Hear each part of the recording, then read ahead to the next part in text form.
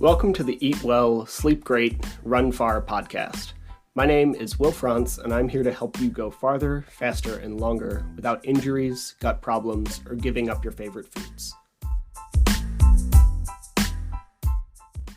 This episode was originally recorded as a weekly live in the Trail and Ultra Running Nutrition group on Facebook. If you'd like to join these lives, watch past replays, or get any of the written summaries I do for these weekly, please head to the link in the show notes, drop me a comment. I'm happy to help you out. Now, let's get on with the episode. Believe we are live. Great. So today, let's talk about low carb and low carb diets. Pardon me. Unless you've been in a coma for the last 15 years, you probably know someone who's done some version of a low carb diet. And maybe you've even tried one yourself. I mean, I have. I have tried both Atkins and keto and some other things for very different reasons, and I've seen a wide range of results. First off, in many ways, these diets are much better than the ultra low fat diets that were popular in the late 70s and all through the 80s. And when I first got into this health journey, I did a lot of N of 1 experiments. So just testing on myself, to doing blood levels and different diets and seeing what happened. And when I did a very low fat diet, we saw huge crash in hormones. I was not the nicest person to be around, and just disturbing levels of inflammation from my blood levels. If you know what this is, my hsCRP, my highly sensitive C-reactive protein, was through the roof, and that is concerning to me.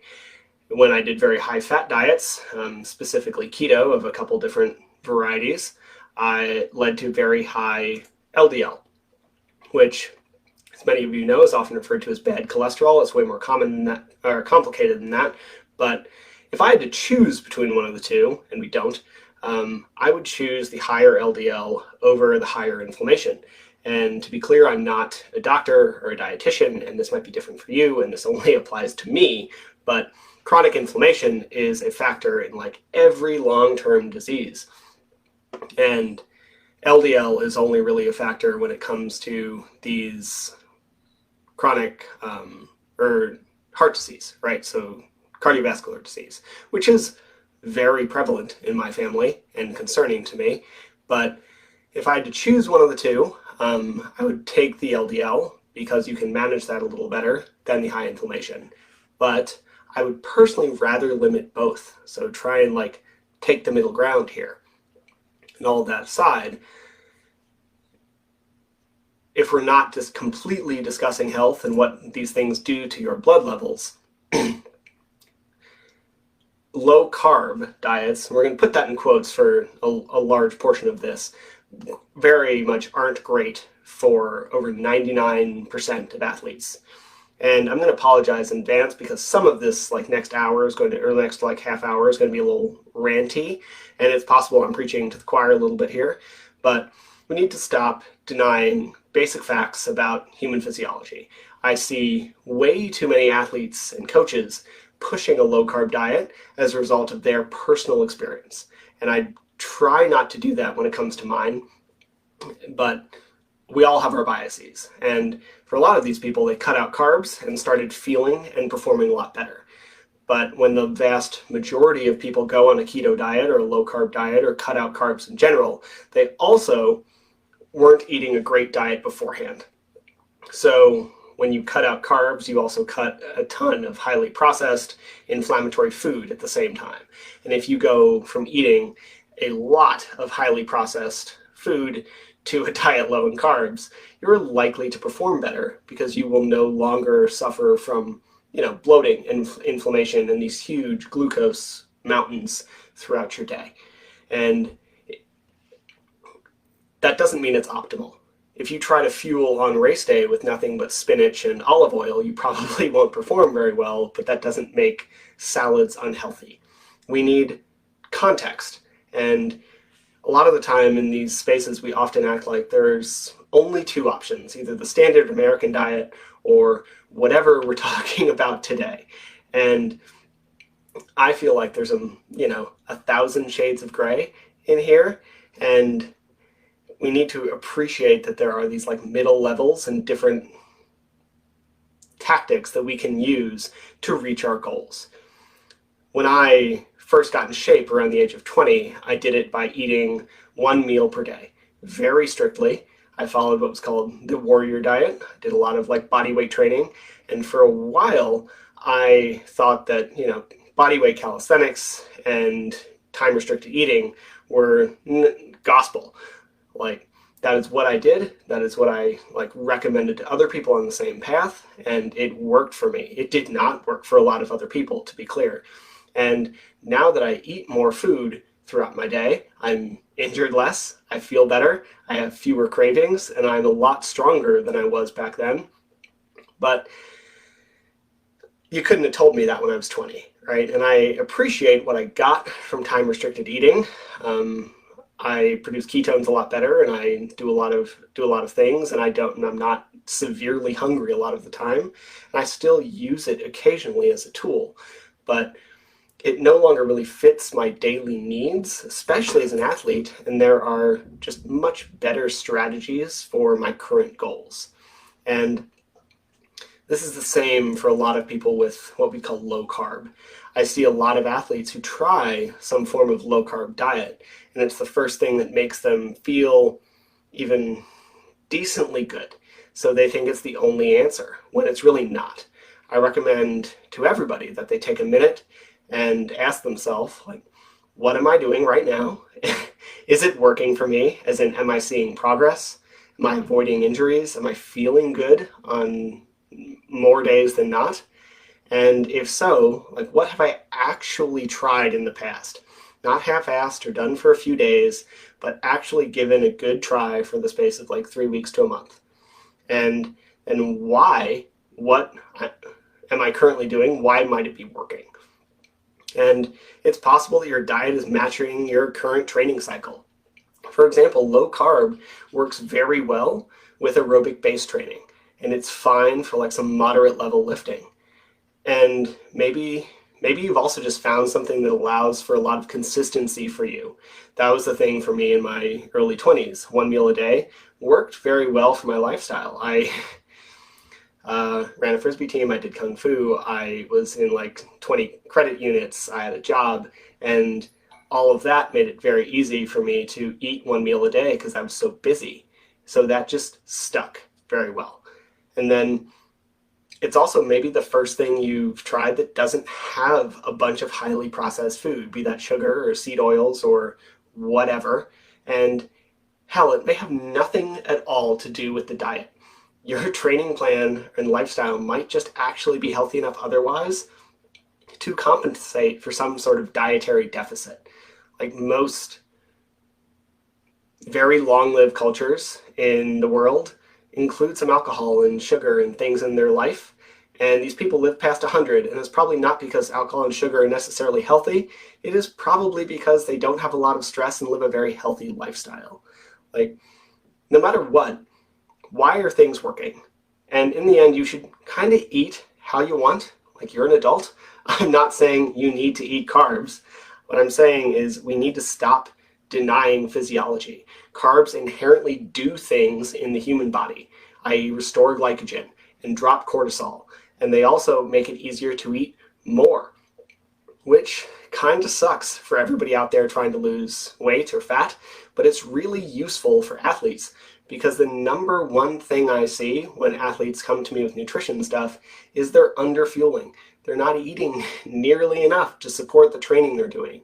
And especially when we're talking about ultra athletes, we're looking at peak weeks of 10 to 20 hours a week. That is a ton of training. So a lot of people are underfueling, and carbs can help you really easily build that deficit.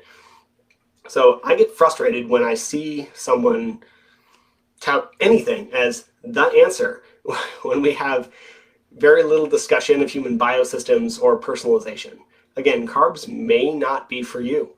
Some people have very called aggressive autoimmune diseases, and they do very well on the carnivore diet.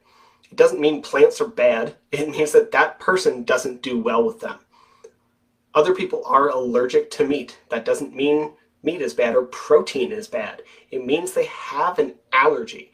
And we need to figure out why something might be working or not working for us before we start pushing dogmas, especially dogmas that can lead to problems in our community.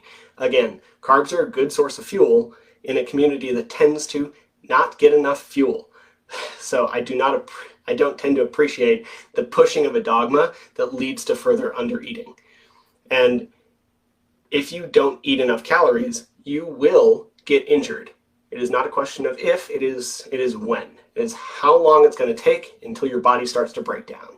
And if you, on race day, do not restore glycogen and keep trying to push, you will bonk. And these are the two biggest problems that people ask me about: injuries and bonking. And yet here we are pushing a diet that pretty inherently restricts calories on athletes. And if it works for you, that's great, but you should know why it worked, and it doesn't mean it's going to work for everybody. Because in 99% of circumstances, low carb is not the answer for a whole lot of reasons. Let's get into some of them. First, low carb doesn't actually mean anything. Ketogenic is a very particular balance of like fat, protein, and carbohydrate. If we look back in the 90s at the Atkins diet, when I did that, it is yes, I was very young to be on a diet, whatever. It is very similar to a ketogenic diet, but slightly higher in protein. And you can, if we're looking at keto, you can test whether or not you're in ketosis. You can use blood monitoring or whatever kind of strip, and there will be a ratio of fat you need to hit in order to hit ketosis. And it is based on your overall caloric intake. If you have ever tried a keto diet without tracking your calories, I bet you probably struggled a little bit. You might have seen some improvements from a lack of inflammation, but 70% of your calories from fat is a lot of fat. It is hard to hit, and you can't cheat. You can't have a high protein meal. Like a single chicken breast is enough to knock you out of keto. So if we're looking towards keto, we need to hit these markers that we're looking for in order to stay there. And while keto is proportionally low carb is fairly meaningless in and of itself. And we can see this from recommendations. Some people recommend 20 grams a day. I've seen 50, I've seen 100. Some people say you should count fiber as a carbohydrate, others leave it out. Low carb in and of itself is too vague to be useful. And when elite athletes employ a keto diet, they often still eat hundreds of grams of carbohydrate per day. And while it might be low carb compared to other people who are trying to do the same thing, it's still a lot of carbs. And we need to appreciate that low carb is just a meaningless term. And if we're going to push a certain diet, we should probably be a little more specific. And then there's why you might be going low carb. For most people, the answer is fat loss. And that's because that's the goal of most diets, fat loss. But for athletes, it's different. While some of us might still have fat loss or weight loss goals, a lot of ultra runners also try to use low carb to become more fat adapted, which should beg the question, can you reduce carbs to become more fat adapted? If you eat fewer carbohydrates, does your body start using a higher percentage of fat for fuel in relation to glucose? And the short answer is yes, but does it matter? And probably not. So high levels of fat adaptation don't really seem to lead to performance benefits, or at least not inherently for most people. Granted, ultra runners are really hard to study because it is a rare person that wants to run for 24 hours on a treadmill in a lab. It's an even rarer person who wants to do that strapped to a bunch of machines. But we don't really see any indication that being more fat adapted actually increases your performance. It doesn't make you faster or necessarily help you go longer. As I said in the beginning, if you weren't eating very good quality food, if you were eating a bunch of inflammatory, highly processed food and you went low carb and it greatly improves your food quality, you're probably going to see some improvements because you're going to have better micronutrient balance. you're going to be able to go a little farther because you're higher in potassium and magnesium and you're just not quite as inflamed. But, pardon me, the decreased amount of carbs does not in and of itself lead to a performance increase. And one thing it can do, and this is relevant to some people here, is it would require you to eat less while you're running, which could be a big advantage if you were doing longer races, especially those with sparse support. So if you're training for 200 milers or self-supported FKTs, it could be your secret sauce to require less fuel on the run. But that is not the goal for most people here. Most races have plenty of access to food by way of aid stations or drop bags. So the ability to eat less is rarely like your deciding factor. When we cut out carbs, we also get a lack of explosive power. If you want to get faster, you have to train by going faster. You have to run fast. And you have to specifically train for short bursts above your functional threshold power or critical speed, which for most people is about 95% of your max heart rate. And you can do that on keto, but you're going to burn out a lot faster and your workouts won't be as effective because you can't push as hard. Your body can make glucose from fat and protein, but it shouldn't have to. If we just feed it, you'll also get a lot more of your workouts. It's a slow process to make ATP, our like cellular energy, out of fat. It delivers a lot of energy, but it's slow. Whereas for glucose, it delivers a little less, but you can do it a lot faster. So if we just fuel it, we will have a much better training session. So if you care about maximizing workouts and performance and really increasing speed, carbs will probably help you get there. And then we get to like how of low carb for performance. So one of the first people to really push this in the early 2000s was a man named Bob Seebahar, and he created a program called Metabolic Efficiency Training. And it was designed as a short-term program. And he aggressively cuts carbs for about a month or two while focusing on low and slow aerobic base training. Specifically, you went through some invasive testing to figure out where your like threshold is, and then you cut out all carbs that are not like directly coming from vegetables or low sugar fruits. You run at nothing but that like low intensity that you tested, and then after about a month or two, you retest and see where your like new threshold is. And that's great. Again, if you're trying to reduce how many calories you get on the run, but it doesn't seem to necessarily increase performance unless we're trying to really compete in these super long runs with very little support. And sorry, lost my train of thought. So specifically, it was also not designed as a long-term strategy. So while this can be helpful for certain people, it wasn't supposed to be a year-round, long-term thing. So now I talk to athletes or people who are doing a keto diet or this metabolic efficiency training all year long when they're trying to push themselves through weeks of high-intensity training or compete in a 50K, or they're doing these like 800 repeats, and they don't match. You're not going to get the most out of it. And if you're feeling like crap after your long runs and you're not fueling, or you're feeling like crap after your track workouts and you're not fueling, that is probably why.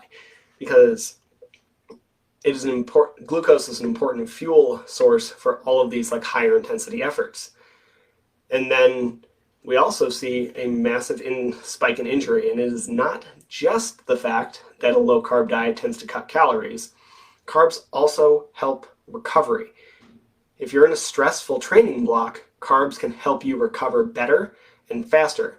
And some of that is glycogen restoration. So when we're training 10 hours a week, you're not going to get a 24-hour gap between your training sessions. It's just not going to happen. You might have a long break, but glycogen is on like a 24 to 36 hour restore cycle, depending on you and your genetics. So unless you can take a day or two between every training, a full day or two between every training session, getting some carbohydrate and really forcing it in there, especially directly after whatever you just finished, can really help expedite that process and fuel your next workout. but it is also a cortisol management. And we saw this for, we saw this for over like 10 years ago in CrossFit. One of my coaches was a big nutrition coach for CrossFit. And for years, athletes tried to leverage a paleo diet in CrossFit. And as soon as they started using things like UCAN and cluster dextrin and just eating burgers and pizza between days of the games, performance skyrocketed.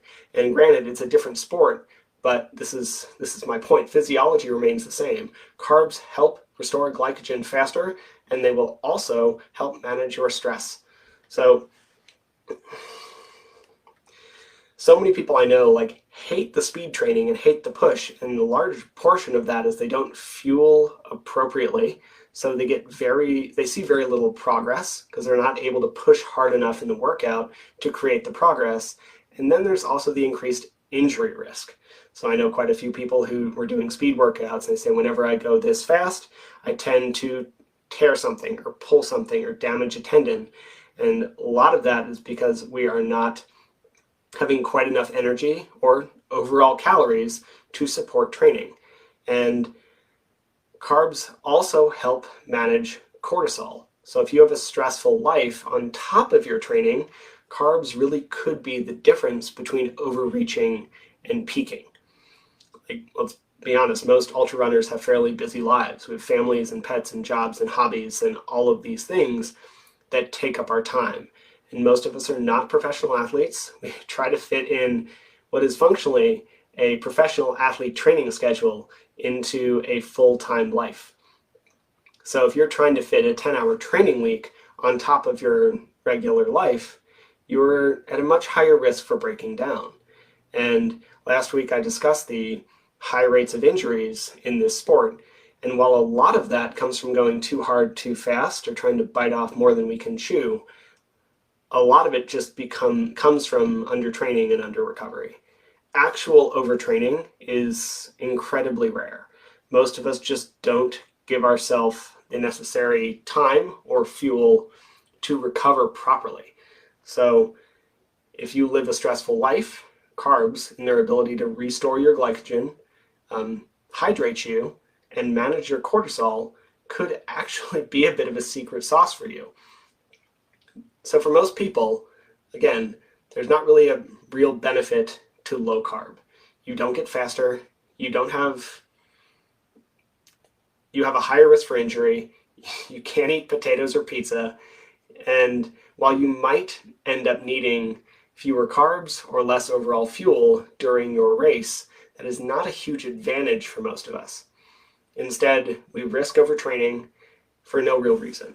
If you're in the small subset of athletes for whom this might be helpful, the best way to do it is actually really short-lived. Spend a couple months figuring out what your threshold is. Well, first, figure out what your threshold is. Spend a couple months in a fairly low-carb diet while you do very low-intensity training and help build that fat adaptation, and then start to reintroduce carbohydrate as you increase your intensity. And if you're going to do it, do it. Do it well for 8 weeks. Don't cheat. And for most of us, it's just not really worth the frustration. Like, most of us should probably just eat a potato. They're delicious. They'll help you train harder, and you'll recover better and faster. There are very, very few people for whom a ketogenic diet is optimal. And if you're going to do it, do keto. Again, low carb doesn't really mean anything. Figure out what you need and then use that to make the adaptations you're trying to make. Nobody really should deny that carbs will help race performance, and this is another problem we end up with. So even people who do these very long runs, fasted runs, underfueled runs, when they're really trying to crush it, they tend to eat some carbohydrates or tend to eat some fuel along the way. And we need to train our body to actually digest that fuel. If we do not intake a bunch of carbohydrate, especially while moving, our stomach and body will actually start to downregulate the enzymes and transporters that help get fuel into our bloodstream. And so if we remove carbs for too long, we reduce our ability to actually use that glucose because we don't have those transporters anymore. So we're reducing our ability to provide the legs with the fuel, and we're also increasing our risk for stomach struggles, because if we can't get it out of the small intestine, it just kind of sits there, it sits in the stomach, and then we end up with this nausea and vomiting that so many of us have probably experienced. And so this is why we shouldn't cut carbs for a very long period of time. We can't just do a keto diet and then suddenly on race day flush our body with a bunch of carbohydrate. We actually need to train it to intake that carbohydrate as we go along, and then we'll have a much better chance for this long-term success or race day success. And while a keto diet, I'm not going to deny a keto diet can be helpful for certain populations, right? It is very helpful when it comes to reversing insulin resistance. It was designed to treat epilepsy, it has its place, but these are health and longevity concerns. And if you're training for an ultra, you should be concerned more about your performance, because that is the kind of effort you're chasing. This is your goal. An ultra is not a health and longevity sport. It is a performance sport. So if we're going to have a performance goal, we should eat a performance diet. And I would hope nobody here that would think that a pro level cyclist would eat the same exact diet as someone trying to lose 100 pounds or someone who sits on the couch all day long. Yet that's functionally what we do when we're talking about a keto diet or a low calorie diet for race performance. I've said it now, I've said it before, and I will say it again. Your carbohydrates, your carb intake should not stay the same every day. It should be higher on high training days. It should be higher on high intensity days. And timing can also matter. So for those of us who struggle a little bit with sleep, having a little more carbohydrate at a well-timed dinner can help you get to sleep faster because of that drop in cortisol. But I have the frustration from the other end when I see high carb coaches saying that we should eat 6 to 10 grams of carbohydrates every day when we're training. And that is excessive, right? You might, for me, that would be 700 grams of carbs on the upper end. And while that might make sense on a day where I run for 12 hours, which I've not done yet, but while it might make sense on this long race day, or even a higher carb intake would make sense around some very high intensity sprint training, it does not make sense on a day where I'm stuck in front of a computer or vegging on the couch or not doing much.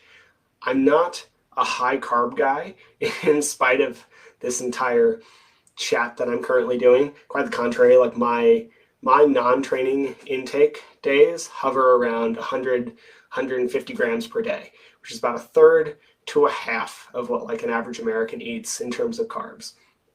But on training days, my carbs skyrocket. I eat a lot more rice, I eat a lot more potatoes, and I use cluster dextrin to support training because it helps. This is why I like carb cycling. I don't think your food intake should be the exact same every day if you're training and your training looks very different on different days. For most people, a fairly standard intake works because it'll even out in the wash. If you only exercise 4 hours a week and stack through days, the extra carbohydrate for those 4 hours spread out it's more trouble than it's worth. But for someone training for an ultra, where you might be training 10, 15 hours in a peak week, and one of those days has 6 hours of activity, and another day is a walk, those days should look different. The days around those days should look different. Context is everything. Our protein should stay about the same, our fat should support our hormones, and then our carbs should cycle based on what we're doing and what we're eating. Carbs aren't bad, and they're not a godsend either. They will help you as a performance sport, and they taste good, and we should stop demonizing them. I'd be even more frustrated if I saw a ton of athletes demonizing protein, especially considering it's essential nutrient for life and muscle repair. But I very rarely see people saying you shouldn't eat any protein, whereas every day, pretty much, I see someone talking about how carbs are the devil. And I see more you should avoid all carbs than I do see you should avoid all alcohol.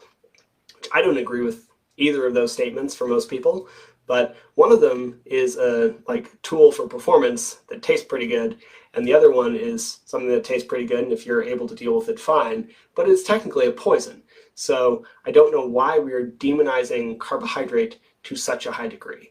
Yes, most people overeat them. Sugar is not great for you outside of activity, but it doesn't need to be the devil food, right? So done with my rant. Thank you for those of you who've stuck around. And if you want to know the basics on carb cycling, grab my meal creation guide. It is the first link in the guide in this group. It will give you the basics without having to learn to count macros, which is a skill that takes some time to build. And that's really all I have for you today. In the future, if you would like to watch or listen to these rather than watch them, I'm starting a podcast. It is going to be called Eat Well, Sleep Great, Run Far. And that first 3 episodes of that should be out tomorrow. It's mostly going to be a series of replays of these live videos. But there will also be some other episodes in there of short content and hopefully interviews someday if I can convince someone to talk to me. And I'm not quite sure what all that looks like yet, but it's going to be launched soon. So thank you very much. I'm still amazed and humbled by... Oh, Karen, I'm not sure. I will finish this up and look into that further. So I'm amazed and humbled by that anyone seems to care what I have to say, and I just really appreciate it. So thank you so much, and I will be back next week. See ya. Thank you for listening to the show. To be clear, I'm not a doctor nor a registered dietitian, and nothing you heard was medical advice. You should always speak with a qualified medical professional before making any changes to your training regimen. If you enjoy the podcast or found it useful, please take a couple seconds to give it a rating or share it with a friend. Every little bit helps. And if you want more of this information, please head to the Trail and Ultra Running Nutrition group on Facebook. You'll be in good company with other like-minded people who like to do hard stuff outside.